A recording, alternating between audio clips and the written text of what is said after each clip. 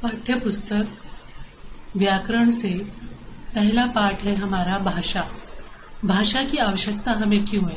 भाषा की आवश्यकता हमें इसलिए है ताकि हम अपने विचारों का आदान प्रदान कर सके, यानी कि मेरी बात मैं आपको सुना सकूं और आपकी बात मैं सुन सकूं। इस तरह से हम देखते हैं कि हमारे जो बातें हैं, हम जो बोलते हैं एक दूसरे के साथ, इसलिए हमें भाषा की आवश्यकता है। हम अपने दर्द को बताते हैं, हमें कुछ खुशी मिलती है तो उस बात को हम दूसरे तक पहुंचाते हैं। इसलिए हमें अपने विचारों का आदान प्रदान करना, यानी हमारे दिल में जो बात है वो दूसरे को बताना, और दूसरे के दिल की बात को हमने सुनने के लिए हमें भाषा की आवश्यकता होती है। लेकिन भाषा सीखने के साथ साथ हमारे लिए ये भी जानना आवश्यक है कि व्याकरण की आवश्यकता हमें क्यों पड़ती है। व्याकरण की आवश्यकता हमें इसलिए पड़ती है ताकि हम भाषा जो सीख रहे हैं उसमें किसी भी प्रकार की गलती ना हो, ताकि हम उसे शुद्ध तरीके से लिख सके, पढ़ सके और उच्चारण कर सके। इसलिए हमें भाषा के साथ साथ व्याकरण की भी आवश्यकता पड़ती है। इसी के आगे हम इस भाषा पे और अध्ययन करेंगे पाठ 1 में।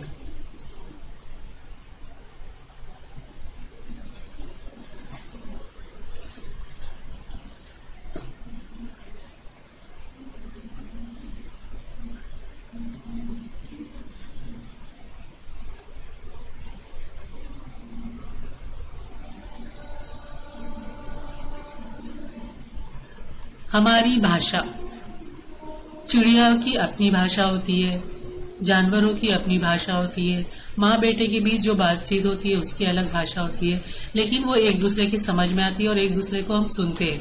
इसलिए हम देखते हैं कि भाषा के द्वारा हम अपने विचारों का आदान प्रदान करते हैं। इस प्रकार से हमने देखा कि भाषा के मुख्य रूप से 2 रूप होते हैं।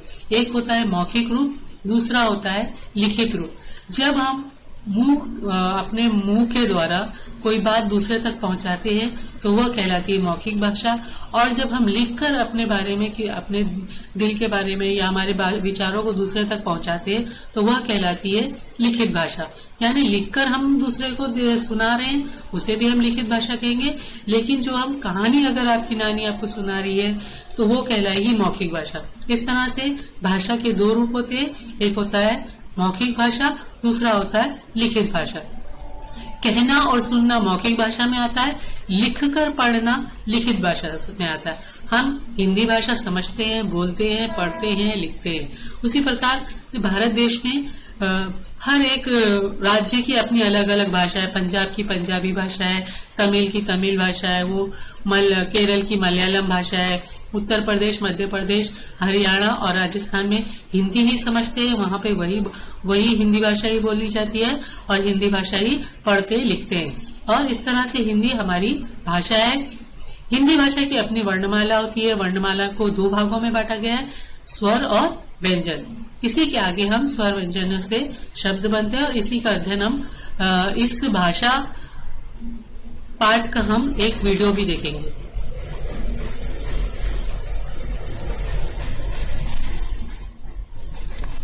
भाषा और हिंदी भाषा।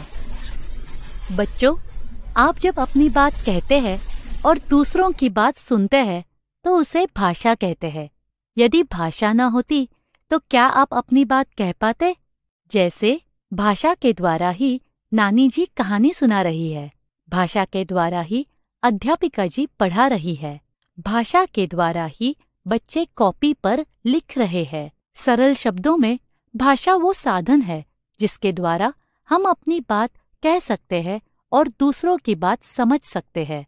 जैसे सब टेलीविजन देख रहे हैं, दादी जी रामायण पढ़ रही है, दादाजी पत्र लिख रहे हैं। आपने देखा कोई सुन रहा है, कोई देख रहा है, कोई पढ़ रहा है और कोई लिख रहा है। बच्चों, भाषा के मुख्यतः 2 प्रकार है, बोलकर कहकर अर्थात मौखिक भाषा, लिखकर अपने भाव व्यक्त करना अर्थात लिखित भाषा। बच्चों, भाषा का एक और तरीका है संकेतों द्वारा अपनी बात कहना और समझना। जो लोग सुन नहीं सकते वे संकेतों को समझते हैं, इसे सांकेतिक भाषा कहते हैं। यातायात के सारे संकेत हमें कुछ न कुछ बताते हैं। सबकी अपनी अपनी भाषा होती है। पशु पक्षियों की अपनी बोली होती है जो कि वे ही समझ सकते हैं।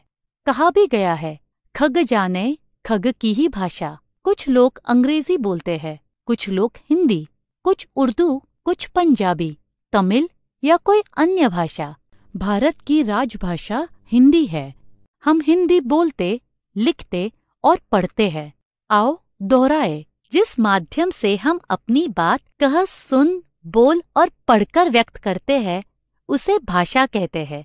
भाषा के 2 प्रकार है, लिखित भाषा एवं मौखिक भाषा। भाषा का एक तरीका और भी है, सांकेतिक भाषा। हिंदी भारत की राजभाषा एवं लोकप्रिय भाषा है।